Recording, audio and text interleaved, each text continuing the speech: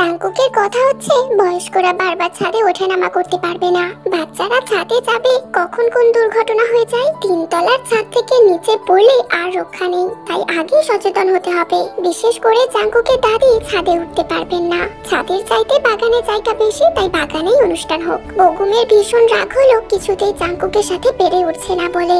এক রক্ষা মানুষের মতো জাঙ্কুক নিজের সিদ্ধান্তেই অটল।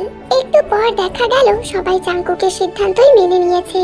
বগুমের সহ্য হলো না, তা চিৎকার করে বলল, আমার বোনের বিয়ে অথচ আমার সিদ্ধান্তের কোনো দাম নেই। কথাটা বলার সাথে সাথে বগুমের গালে সপাটে চড় পড়লো। ছোট বড় অনেকের সামনে বগুম চড় খেয়ে লজ্জায় নীল হয়ে গেল। এখন মনে পড়েছে বোনের বিয়ের কথা। কই, যখন বোনের এনগেজমেন্টের অনুষ্ঠান হলো, মেহমানদারি করা নিয়ে সবাই বিপদে পড়ে গেল, তখন তো তুই পালিয়ে গিয়েছিলি। জাঙ্কুক এসে সব সামলেছে, এখন আসছে এখানে মাতব্বরি দেখাতে। আয়ু একটা চেয়ারে বসে ফোন টিপতে টিপতে পা নাড়াচ্ছে আর খিলখিল করে হাসছে। আয়ুর হাসির শব্দ বগুমের কাছে বিষাক্ত মনে হচ্ছে। এই মেয়েটার জন্যই তো এত কিছু। এই মেয়েটা যদি জাঙ্কুকের দিকে নজর না দিত, তবে কি বগুম এরকম উগ্র হতো? আয়ু বগুমের চড় খাওয়া দেখে হাসছে শুধু। অযথা কেন জাঙ্কুকের সাথে লাগতে যাও তা আমি বুঝি না। জাঙ্কুক ভুল সিদ্ধান্ত নেয়নি এটা তুমিও জানো, তবে কেন মানছো না? বগুমের ইচ্ছে হলো আয়ুকে খুব বাজে ভাবে গালি দিতে। বগুমের কাটা খায়ে নুনে ছিটা দিতে আয়ু আবারও বলল, জাঙ্কুক দেখে যাও, আমি একটু আগে ফোনে ভিডিও করেছিলাম তোমাদের এই সব। সেখানে দেখা যাচ্ছে আন্টি কি দারুণ ভাবে বগুমকে চড় দিয়েছে। আমি এটা ড্যাডকে দেখাবো, ড্যাড ভীষণ ভাবে হাসবে এটা দেখলে। সেই মুহূর্তে বগুমের কেমন রাগ হলো তা শুধু বগুমই জানে। সে মনে মনে বলল, জাঙ্কুক জাঙ্কুক করে মুখে ফেনা তুলছিস, অপেক্ষা কর, আজ রাতেই জাঙ্কুকের চক্কর থেকে তোকে বের করে আনবো আমি। জাঙ্কুক আয়ুকে কিছুই বলল না। সবাই মিলে হলুদের স্টেজ সাজালো, প্যান্ডেল সাজালো কাঁচা ফুল আর মরিচ বাতি দিয়ে। আয়ু অবাক হয়ে দেখছে আস্তে আস্তে সাদা মাটা একটা প্যান্ডেলের রূপ কিভাবে বদলে যাচ্ছে। বগুম নিজের মামাতো ও খালাতো কয়েকজন ভাইকে ডাকলো, নিজের রুমে নিয়ে বিদেশ থেকে আনা ড্রিঙ্কসের বোতল বের করে ওদের সামনে রাখলো। উঠতি বয়সের ছেলে ওরা, দেখে ঝাঁপিয়ে পড়লো টেস্ট করার জন্য। বগুম দিল না, হেসে বলল, আগে আমি যেভাবে বলেছি সেভাবে কাজ করতে হবে। আমার প্ল্যান সাকসেসফুল হলে এই বোতল সব তোদের জন্য।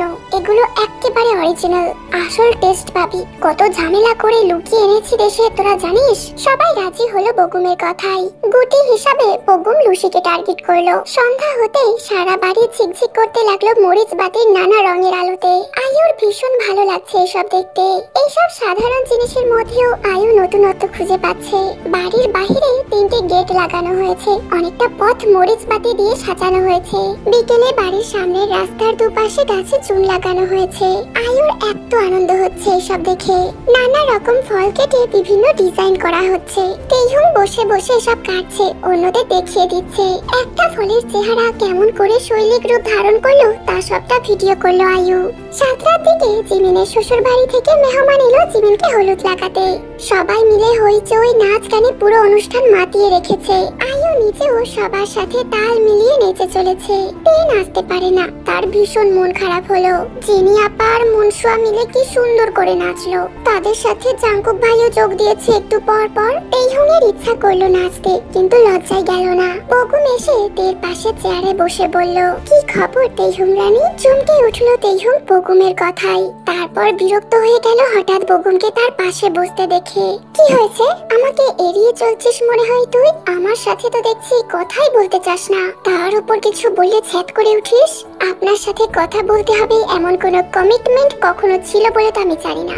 ভাব দেখাচ্ছিস নাকি? তে বগুমের দিকে একবার তাকালো, তারপর বলল, ভাব দেখাতে হলেও একটা কারণ লাগে। আমি আপনাকে অকারণে কেন ভাব দেখাবো? আপনি কে? বগুম অবাক হলো তের কথাই। তে এভাবে কথা বলছে কেন? তে এত চালাক তো ছিল না। বগুম তো 9-6 যা বুঝিয়ে দিত তাই সে বুঝতো। হঠাৎ করে কি বড় হয়ে গেল নাকি? তীক্ষ্ণ দৃষ্টিতে বগুম তাকালো তের দিকে। তেইহুংয়ের নাকের ডগা তীর তীর করে কাঁপছে। হালকা গোলাপি রঙের লিপস্টিক দেওয়া দুই ঠোঁট ভীষণ কোমল আর মোহনীয় লাগছে।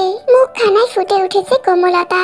একেবারে মাখনের মতো নরম যেন তেইহুং। বকুম তেইহুংয়ের হাতের দিকে তাকালো। হাতে মেহেন্দি দেওয়া রয়েছে।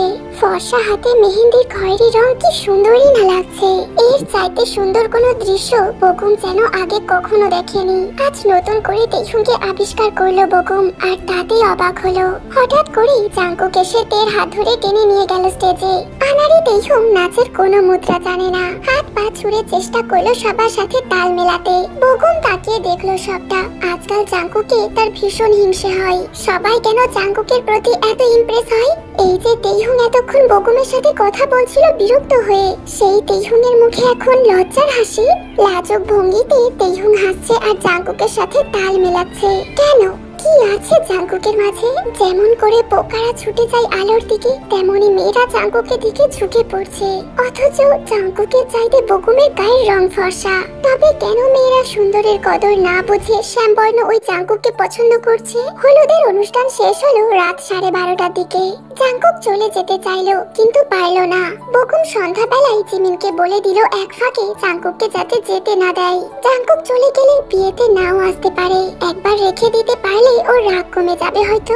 সেই কথা মনে রেখে জিমিন কেঁদে চলেছে জাঙ্কুক চলে যাবে শুনে। জাঙ্কুক দেখলো তেও মুখ কালো করে দাঁড়িয়ে আছে একপাশে। জাঙ্কুক জানে ভয়েতে কিছুই বলতে পারছে না। জিমিনের এইরকম কান্না দেখে যেই মুহূর্তে জাঙ্কুক বলল থেকে যাবে, তের মুখের অন্ধকার তক্ষুনি কেটে গেল। মেহমানে সবার রুম ভরে গেছে। তেইহুং, লুসি, আয়ু এক বিছানায় শুয়েছে। ইদানিং আয়ুর সাথে তের ভালো সম্পর্ক হয়ে গেছে। তে জানে আয়ুর এখানে কোনো দোষ নেই। অযথাই মেয়েটাকে অপছন্দ করার কোনো মানেই হয় না। সবাই শুয়ে পড়েছে। বিয়ে বাড়ির কোলাহল থেমে গেছে। নিচে বাবুর্চিরা তাদের কাজ করছে। রাত 2টোর দিকে লুসির রুমে এসে বকুম একটা বিরিয়ানির প্লেট লুসির হাতে দিয়ে বলল, জাঙ্কুক আসার পর থেকে কিছু খায়নি লুসি, ওকে একটু দিয়ে আসতে বলেছে মা। লুসি লজ্জা পেল কিছুটা। জাঙ্কুকের প্রতি অন্যরকম একটা ফিলিংস আছে তার মধ্যে। জাঙ্কুককে দেখলে লুসির প্রচন্ড লজ্জা পায়। এই জন্য জাঙ্কুকের সাথে খুব একটা কথাও বলে না। বকুম চলে যেতেই আয়ু বলল, লুসি আমার চুলটা তোমার মতো করে বেঁধে দাও না প্লিজ, তেইহুংকে পাঠাও। লুসি স্বস্তি পেল শুনে। তারপর তেইহুংকে পাঠালো জাঙ্কুকের রুমে। জাঙ্কুকের রুমে বকুমের কাজিনরা ঘুমাবে। জাঙ্কুককে বকুম ছাদের রুমে ঘুমাতে বলল। বিরিয়ানির প্লেট নিয়ে তে ছাদে চলে গেল। বকুম অপেক্ষা করছে জাঙ্কুক আর লুসিকে জড়িয়ে একটা গুজব ছড়ানোর, যাতে করে আয়ু জাঙ্কুককে খারাপ ভাবতে বাধ্য হয়। তে দরজায় নক করে জাঙ্কুককে ডাকলো। জাঙ্কুক সবে মাত্র শুয়েছে, তন্দ্রা এসেছে সবে। এই সময় তে ডাক শুনে উঠে বসলো। তারপর বিরক্ত হয়ে দরজা খুললো। তে ভেতরে আসতেই জাঙ্কুক দরজা লাগিয়ে দিল। তে বারবার জাঙ্কুককে খেতে বলছে, কিন্তু জাঙ্কুক খাবে না। বিরক্ত হয়ে তেইহুংকে খাবার নিয়ে যেতে বলছে। এরই মধ্যে কারেন্ট চলে গেল। বিয়ে উপলক্ষে জেনারেটর আনা হয়েছে, তাও চালু করা হচ্ছে না। তের ভয় করতে লাগলো অন্ধকারে। ছাদে যেন কেউ ধূপধাপ করে হেঁটে বেড়াচ্ছে। ভয়েতে জাঙ্কুকের হাত চেপে ধরলো। জাঙ্কুক বিরক্ত হয়ে বলল, হাতটা ছাড় না, আমি দেখি মোমবাতি আছে কিনা ড্রয়ারে। তে হাত ছাড়লো না, বলল, এক হাত দিয়ে খোঁজো, আমার ভয় করছে। নিজের ফোনটাও খুঁজে পাচ্ছে না জাঙ্কুক অন্ধকারে। হাতড়ে হাতড়ে টেবিলের কাছে গেল, কিন্তু ড্রয়ারে মোম নেই। জাঙ্কুক অবাক হলো, ড্রয়ারে সে মোম রাখে সব সময়। কে নিল মোমবাতি তাহলে? হঠাৎ করেই বাহিরে কয়েকটা ছেলের শোরগোল শোনা গেল। জাঙ্কুকের রুমের দরজা বাইরে দিয়ে বন্ধ করে দিল ওরা। তারপরেই চেঁচামেচি শুরু করে দিল। জাঙ্কুক হাতড়ে ফোন বের করে ফ্ল্যাশ লাইটটা অন করলো। দেখলো ঘেমে গেছে তেইহুংয়ের সারা শরীর ভয়ে। দরজা খুলতে চেয়েও জাঙ্কুক পারলো না। বুঝতে পারলো বাহিরের দিক থেকে বন্ধ করে দেওয়া হয়েছে। জাঙ্কুক বুঝতে পারলো কিছু একটা ঝামেলা হতে চলেছে। বাহিরে কয়েকজন মুরব্বিও এসে হইচই শুরু করে দিল। সবার চিৎকারে জাঙ্কুকের বাবা চাচারা সবাই ছাদে এলো বকুম সহ। একটি ছেলে তখনই বলে উঠলো, আমরা ছাদে এসেছি এমনি হাঁটতে, এসে শুনি এই রুম থেকে দুজন ছেলে মেয়ের কথা শোনা যাচ্ছে আর বাজে বাজে শব্দ আসছিল। ভেতরে কে আছে জানি না কে আছে। আমরা খারাপ কিছু বুঝতে পেরে দরজা বন্ধ করে দিয়েছি বাইরে থেকে। ওরা রুমটাও অন্ধকার করে রেখেছিল। একজন মুরব্বী বলে উঠলো, নিশ্চয় ভেতরে কেউ আকাম কুকাম করছে। বকুমের এত আনন্দ হলো। সবার সামনে মহান সাজা জাঙ্কুকের আজকে অবস্থা খারাপ হয়ে যাবে। সেই মুহূর্তে কারেন্ট চলে আসলো। দরজা খুলতেই ভেতর থেকে তে আর জাঙ্কুক বের হয়ে এলো। বকুম চমকে উঠলো তেইহুংকে দেখে। সে তো লুসিকে পাঠিয়েছিল, তবে তেইহুং এলো কিভাবে? মুহূর্তে কানা ঘুষা শুরু হয়ে গেল। খবরটা আগুনের মতো খুব দ্রুত ছড়িয়ে পড়লো সারা বাড়িতে।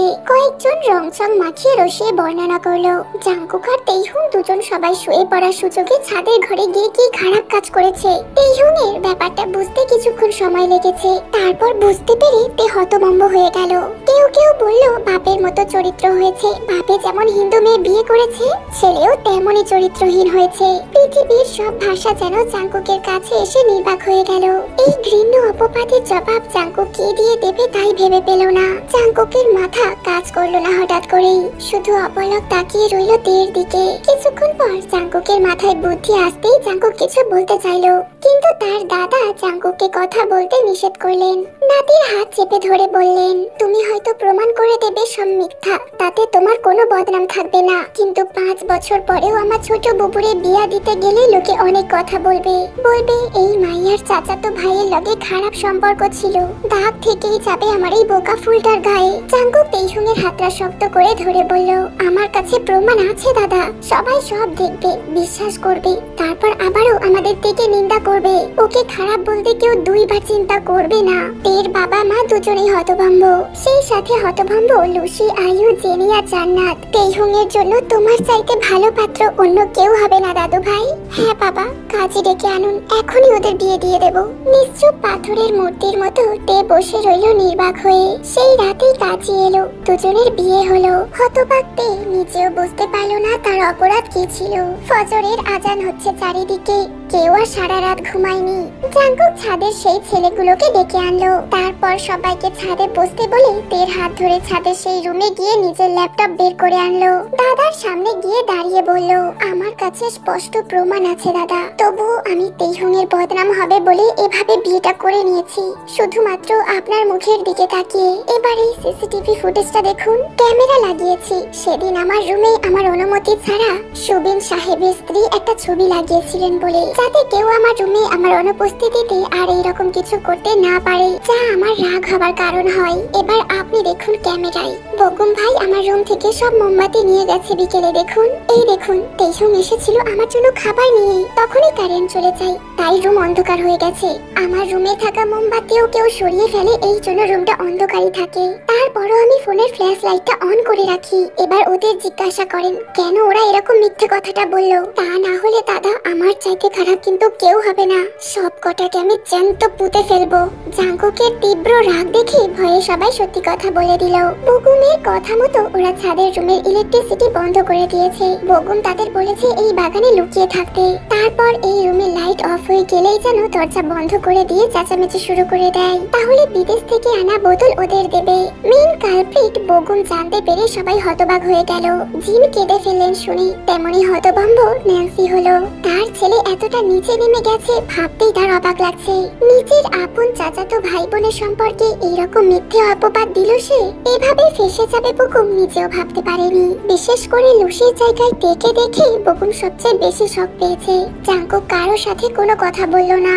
তেইহুংয়ের সামনে গিয়ে বলল, আজ থেকে তুই আমার স্ত্রী তেইহুং, তোর সব দায়িত্ব আজ থেকে আমার। আমি চাচ্ছি না আর এক মুহূর্ত এখানে থাকতে। তুই কি যাবি আমার সাথে এখান থেকে? এখানে থাকলে তুই ভালো থাকবি না তে।